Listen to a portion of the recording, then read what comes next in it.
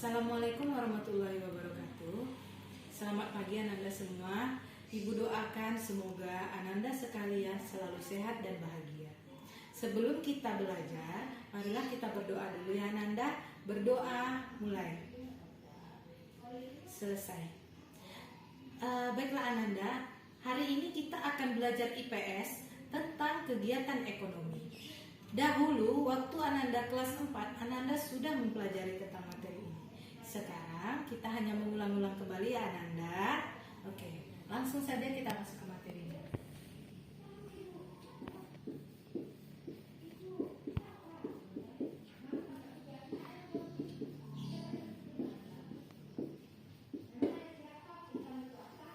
Nah, pada waktu Ananda kelas 4, Ananda ingat kegiatan ekonomi itu ada 3 macam. Ada apa saja? Ayo, diingat-ingat lagi ya. Yang pertama, kegiatan ekonominya adalah kegiatan produksi. Nah, ya, kegiatan produksi. Nah, mungkin Ananda sudah mulai ingat ya. Kegiatan produksi ini apa Nanda? Ayo diingat-ingat lagi.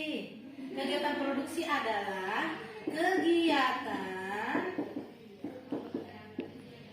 membuat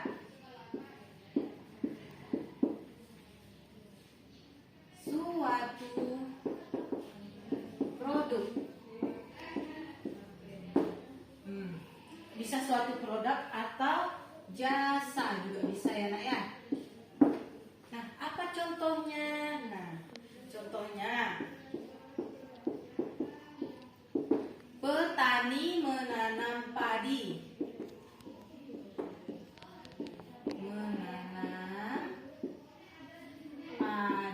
Ya. Itu disebut sebagai kegiatan produksi karena petani menghasilkan padi. Ya, dia menanam padi.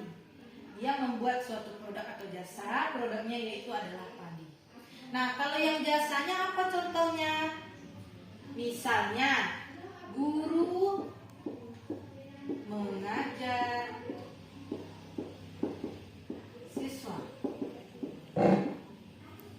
hingga cerdas. Nah, ini juga dikatakan sebagai kegiatan produksi yang ada. Kenapa? Karena guru ini dia membuat suatu jasa. Jadi dia bukan menghasilkan produk, tapi dia menggunakan jasa. Dia menyediakan jasa ya. Dia menyediakan jasanya, yaitu jasanya apa? Mengajar. Mengajari siswanya hingga cerdas. Nah, itu juga bisa dikatakan kegiatan produksi. Lanjut, yang kedua, kegiatan konsumsi. Oh ya, tadi Bu lupa. Orang yang melakukan kegiatan produksi kita sebut apa? Produsen. Ya, produsen ya. Sedangkan orang yang melakukan kegiatan konsumsi kita sebut dengan konsumen. Nah, kegiatan konsumsi ini apa? Kegiatan memakai atau menggunakan hasil dari produksi atau produk. Ya, kegiatan menggunakan atau memakai suatu produk atau jasa. Contohnya,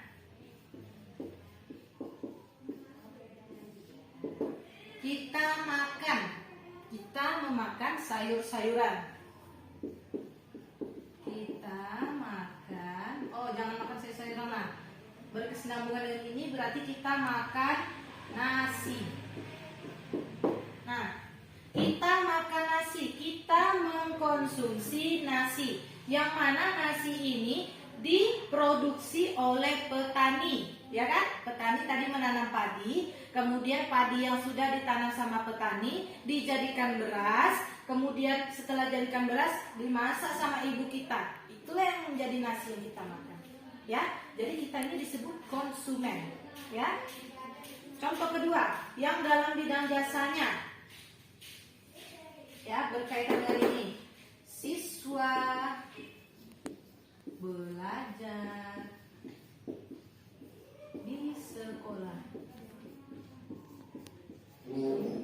Nah, siswa belajar. Siswa memakai jasa guru. Yang tadi kan gurunya menghasilkan jasa atau menawarkan jasanya mengajar. Nah, siswa yang memakai jasa gurunya untuk belajar di sekolah. Sampai sini Anda paham? Oke, kita lanjutkan. Yang terakhir adalah kegiatan distribusi. Nah, orang yang melakukan distribusi kita sebut distributor. Ya. Distribusi ini adalah kegiatan apa, Nanda? Nah, distribusi ini adalah kegiatan menyalurkan hasil dari produksi atau produk, ya. Jadi, produsen tadi sudah membuat barang atau jasa, sudah menghasilkan produk, yang menyalurkannya kepada konsumen adalah distributor, ya. Kegiatan menyalurkan hasil produksi. Nah, contohnya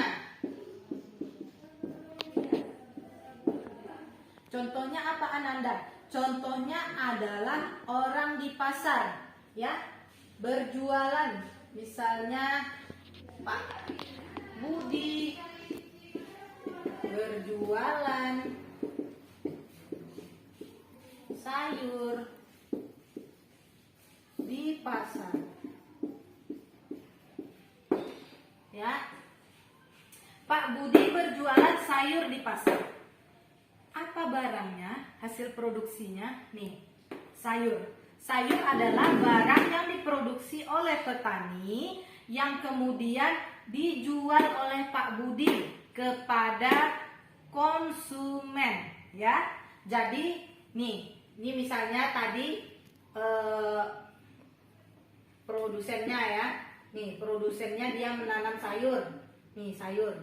Nah, si sayur ini dijual kepada distributor. Nah, distributor, ya. Distributor. Ini P.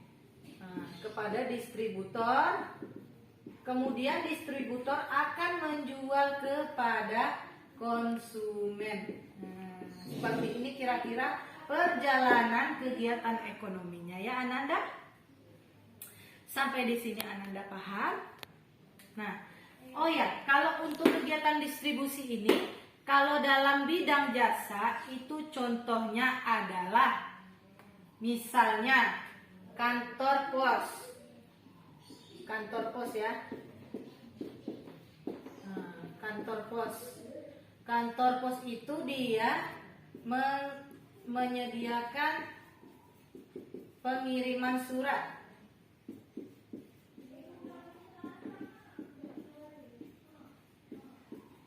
Ya. Nah, produknya berupa surat. Surat yang dikirimkan oleh seseorang. Nah, seseorang yang mengirimkan surat itu dinamakan produsen. Kemudian dia mendatangi kantor pos. Kantor pos sebagai distributor. Nah, distributor ini, si kantor pos ini kemudian akan mengirimkan suratnya kepada konsumen, ya, kepada orang yang dituju oleh surat. Jadi kantor pos ini menyediakan jasa berupa pengiriman surat, atau dia menjadi distributor untuk pengiriman surat. Nah, sampai di sini Ananda paham? Kalau Ananda sudah paham, nanti silakan dikerjakan latihannya, ya nak. Nah, sekian pembelajaran kita pada hari ini. Apabila ada kesalahan, Ibu mohon maaf. Wabillahi taufik wal hidayah. Wassalamualaikum warahmatullahi wabarakatuh.